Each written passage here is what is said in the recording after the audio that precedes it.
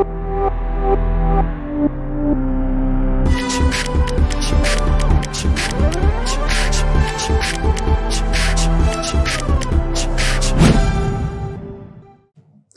students, welcome back. Today we are going to continue with complex number. Complex number में आज हम करने वाले सबसे important part and that is called geometry of complex numbers. तो we are going to do geometry of complex number. Geometry of complex number में basically two parts major हैं और एक minor part है. माइनर पार्ट ये है कि भाई पॉइंट को रिप्रेजेंट कैसे करते हैं, वो ऑलरेडी आपको पता है कि अगर x प्लस आई वाई है तो वो पॉइंट को कैसे प्लॉट करेंगे, x कॉमा वाई से. सेकंड पॉइंट्स के बारे में, जैसे 3 पॉइंट्स गिवन है, 3 पॉइंट्स गिवन है तो वो ट्राइंगल कैसा फॉर्म करेगा. उसके बाद सेक्शन फॉर्मूला, फिर मतलब डिवीजन फॉर्मूला जो भी आप बोलते हैं, तो this kind of stuff basic वाले.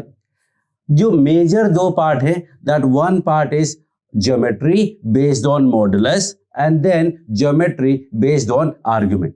सो फिलहाल I am going to start with a simple geometry of complex number. So if I say एक पॉइंट z है x plus I y, that will be represented by its affix. z जो x plus आई y है उसको x comma Y से हम Cartesian plane में नहीं, argon plane में या कॉम्प्लेक्स प्लेन में रिप्रेजेंट कर सकते हैं.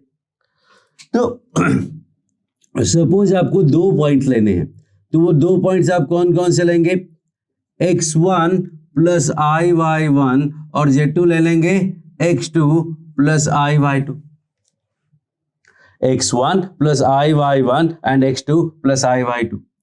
सो if these are the 2 points z1 and z2, then what would be the point, कौन सा पॉइंट होगा जो इसे m/n में डिवाइड करेगा, that is called simple section formula. और फॉर्मूला बिल्कुल वैसा ही 2D ज्योमेट्री जैसा ही है. जो 2D ज्योमेट्री है वो एक्चुअली कॉम्प्लेक्स नंबर जैसा ही है. कॉम्प्लेक्स नंबर जो है बिल्कुल वेक्टर जैसा ही है. तो everything is vector, 2D vector, 3D वाला नहीं. कॉम्प्लेक्स नंबर और 2D geometry are actually same thing almost.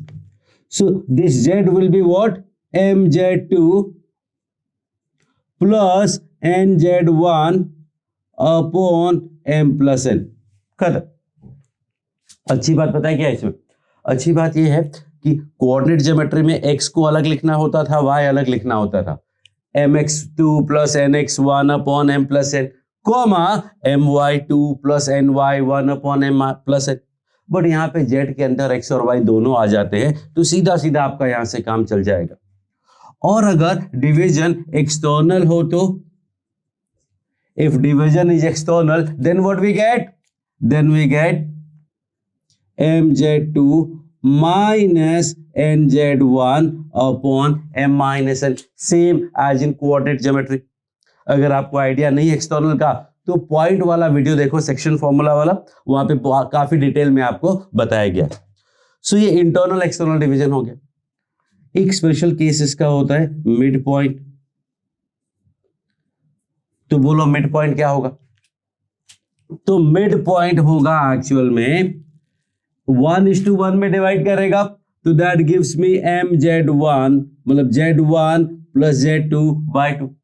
2D geometry में क्या होता था, सीधा सीधा x1 plus x2 by 2 comma y1 plus y2 by 2, same है z1 plus z2 by 2. So this is your section formula, nothing special about it.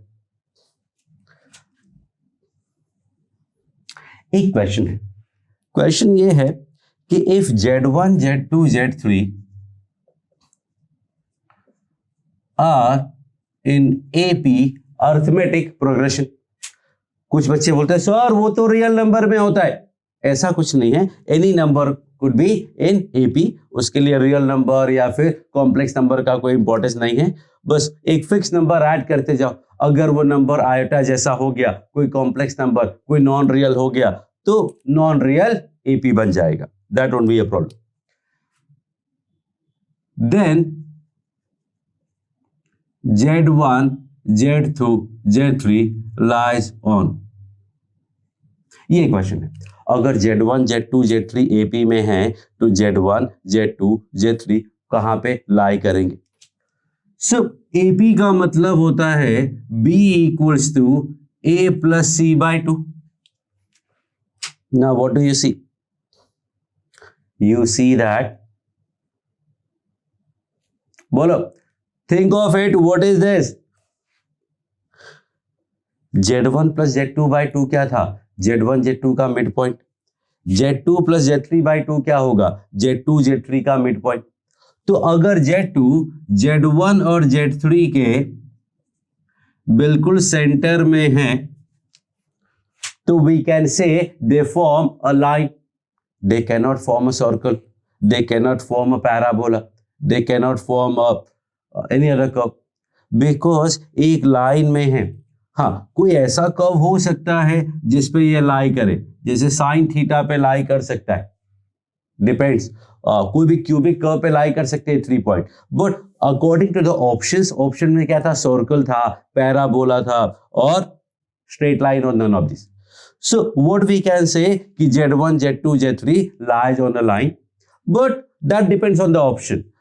What is perfectly clear without any assumption that Z2 is midpoint of Z1 and Z3.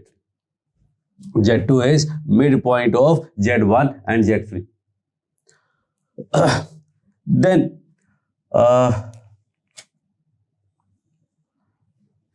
second idea, section formula हो गया। Okay, that's it. एक parallelogram है, Z1 Z2 Z3 Z4 are vertices of a parallelogram. ये parallelogram का symbol होता है, एक parallelogram बना करके ऊपर M लिखना होता है। सो these are vertices of a parallelogram. Then what is the relation between these points? Z1, Z2, Z3 or Z4.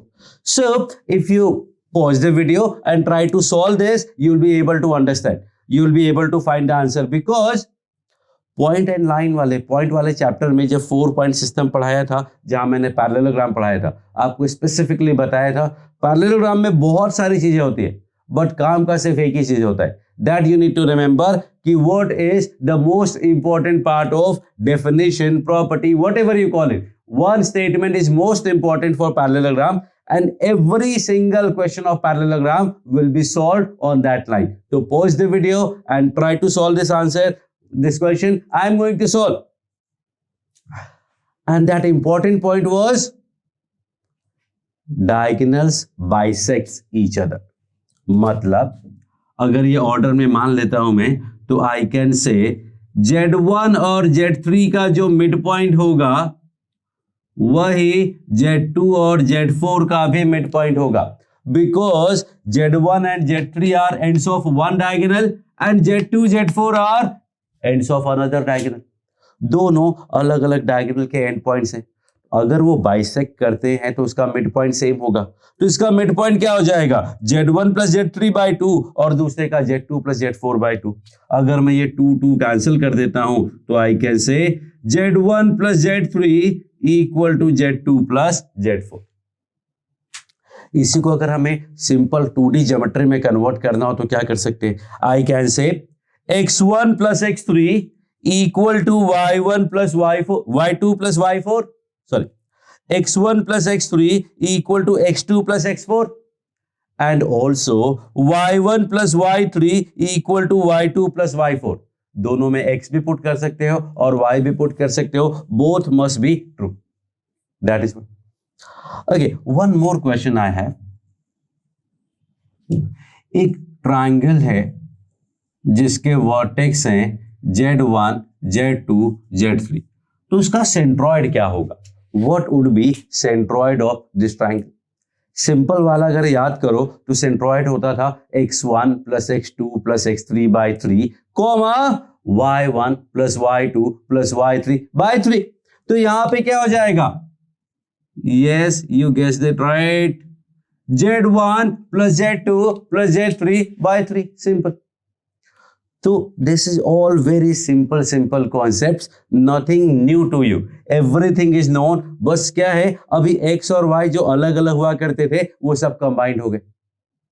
अच्छा, if we are taking these 2 points, तो उनके बीच का डिस्टेंस क्या होगा? If a is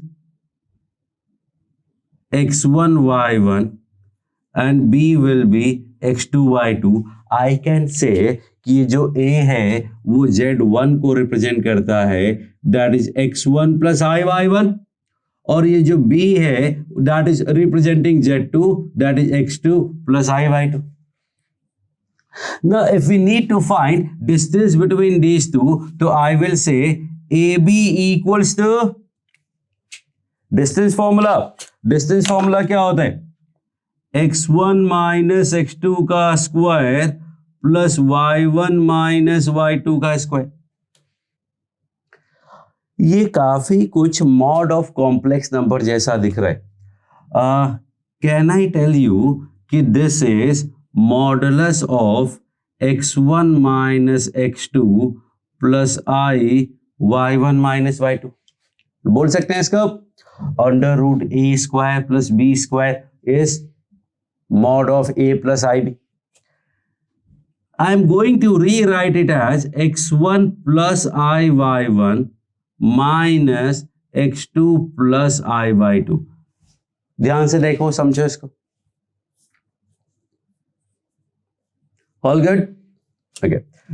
Which is actually z1 minus z2 का mod. मतलब 2 points के बीच का डिस्टेंस क्या होता है? Mod of z1 minus z2।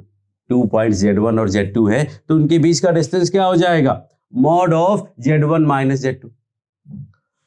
And using this we can find कि कोई ट्राइंगल अगर गिवन है z1 z2 z3 वर्टेक्स वाला, तो वो कैसा ट्राइंगल है। आप इसके बीच का डिस्टेंस निकाल लो, ये डिस्टेंस निकाल लो, ये डिस्टेंस निकाल लो। ये distance will be z1 minus z3 का mod, this would be z1 minus z2 का mod, and this will be z2 minus z3 का mod। तीनों इक्वल हो गए तो इक्विलेटरल हो गया, 2 इक्वल 1 अनइक्वल तो आइसोसेलेस हो गया। अगर a square plus b square equal to c square हो रहा है तो राइट एंगल हो गया, स्केलीन हो जाएगा, ऑब्ट्यूज एंगल, जो भी आपको पता करना है we can find. So these are basically some basics of geometry, but as I said mainly it is all about modulus and argument. तो मॉडुलस का एक हल्का सा मैंने आपको आइडिया दिया यहाँ पे। In next video I am going to continue from here. So thank you.